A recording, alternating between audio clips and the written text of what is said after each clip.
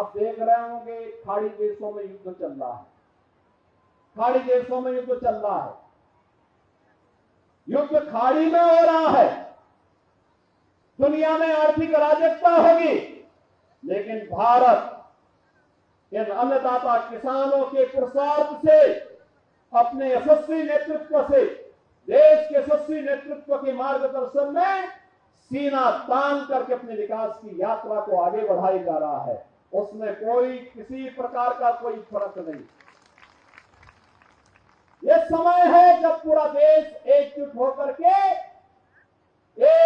145 करोड़ का भारत अपने नेतृत्व पर विश्वास जताते हुए मजबूती के साथ देश के साथ खड़ा होकर के बोले कि जो भी देश के नेतृत्व का आदेश होगा हम सब उसका पालन करेंगे।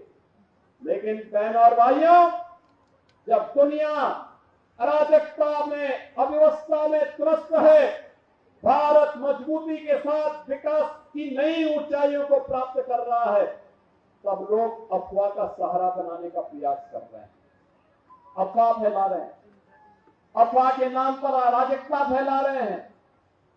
जो लोग जिनका विश्वास जनता खो चुकी है, जिन लोगों को जनता पहले ही पहाड़ का रास्ता दिखा चुकी है, आज वे लोग जब मुकाबला नहीं कर पाए तो अब अफवाह का सहारा ले रहे हैं, अराजकता फैला करके अव्यवस्था पैदा करना चाहते हैं।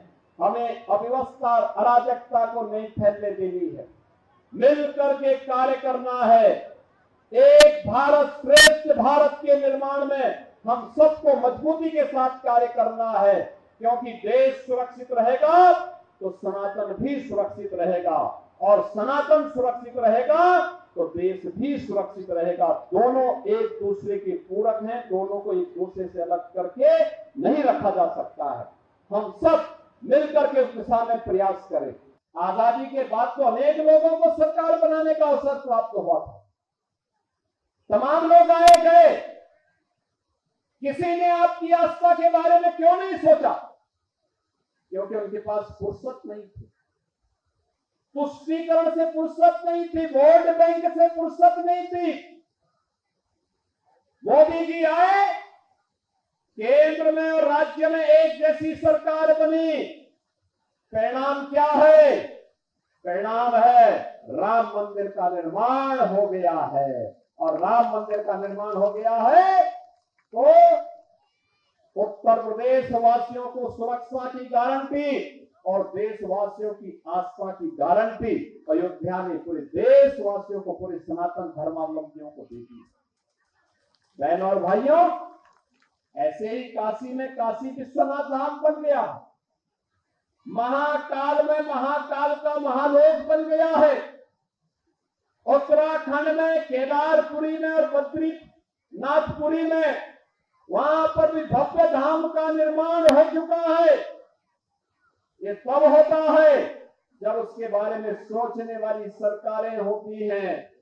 जब सनातन की विरोधी सरकारें आएंगी तो वे तुष्टीकरण करेंगी, और आजादी के बाद कश्मीर की समस्या हो या नक्सलवाद की समस्या, ये जो भी समस्याएं दी गई हैं, इन्हीं लोगों ने दी है जिन्होंने तुष्टीकरण के नाम पर देश को बांटा।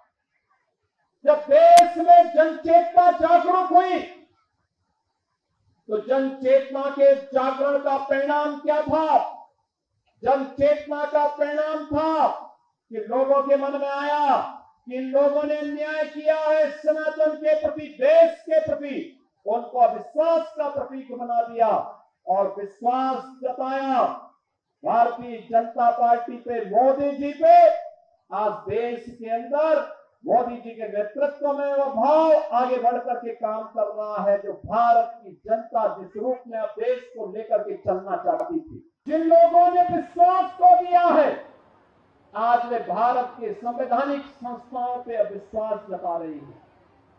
कभी कहते हैं कि लोकसभा के स्पीकर पे हमारा विश्वास नहीं, कभी कहते हैं कि हमें भारत निर्वाचन आयोग पे हमारा विश्वास नहीं। यानी अगर चुनाव भारत निर्वाचन आयोग करवाए और वे लोग जीत जाएं तो उनकी उपलब्धि हो गई, और हार गए तो संवैधानिक संस्थाओं पर उंगली उठाते हैं, न्यायपालिका पर उंगली उठाते हैं। बहन और भाइयों, ये कड़वा कड़वा थू और मीठा मीठा गप नहीं चलेगा। यह देश समझ चुका है, जो लोग सनातन विरोधी आचरण करते हुए भारत को कमजोर करने का कार्य कर रहे हैं, अब भारत की जनता उसे स्वीकार नहीं करेगी। भारत के आन मान और शान के खिलाफ किसी को खिलवाड़ करने की इजाजत अब भारत नहीं देने वाला है। एक प्रयास होना चाहिए। हमारे सनातन धर्म से जुड़े हुए स्थल कैसे होने चाहिए, उनका स्वरूप उनको किस रूप में विकसित किया जाना चाहिए, बिना किसी भेदभाव के हर सनातन धर्मावलंबी को उन स्थलों में जाकर के दर्शन करने, पूजन करने, वहां के अनुष्ठान में भागीदार बनने, एक साथ मिलकर के भारत को मजबूती की नई ऊंचाइयों तक पहुंचाने में योगदान देने के लिए उन सभी को एक साथ इन केंद्रों में आने का अवसर दिया जाना चाहिए।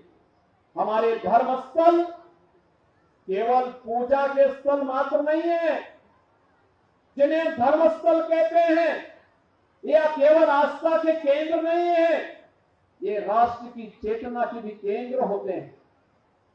राष्ट्र की चेतना के केंद्र, ये केंद्र आस्था के साथ साथ समरसता के केंद्र भी बने। बिना भेदभाव के हर एक व्यक्ति को आस्था को व्यक्त करने के लिए उसको स्वतंत्रता मिलनी चाहिए। हमें याद करना होगा, यह देश कमजोर हुआ है तब जब जाति के नाम पर बटा था, तमाम आपसी मतभेदों में उलझा हुआ था, एक दूसरे को नीचा करने की दुष्प्रवृत्ति हावी हो रही थी। जब देश कमजोर हुआ तो विदेशी आक्रांता आकर के हमारे धर्मस्थलों को नष्ट किए, पान पेटियों की इज्जत के साथ खिलवाड़ किए। लेकिन आज ये देश स्वतंत्र है। अब देश में स्वतंत्रता नहीं, किसी प्रकार की अराजकता नहीं, एक नए भारत का दर्शन हो रहा है, और इस भारत पर हम सबको गौरव की अनुभूति करनी चाहिए। ये भारत फिर से दुनिया की सबसे बड़ी ताकत बनने की ओर अग्रसर है।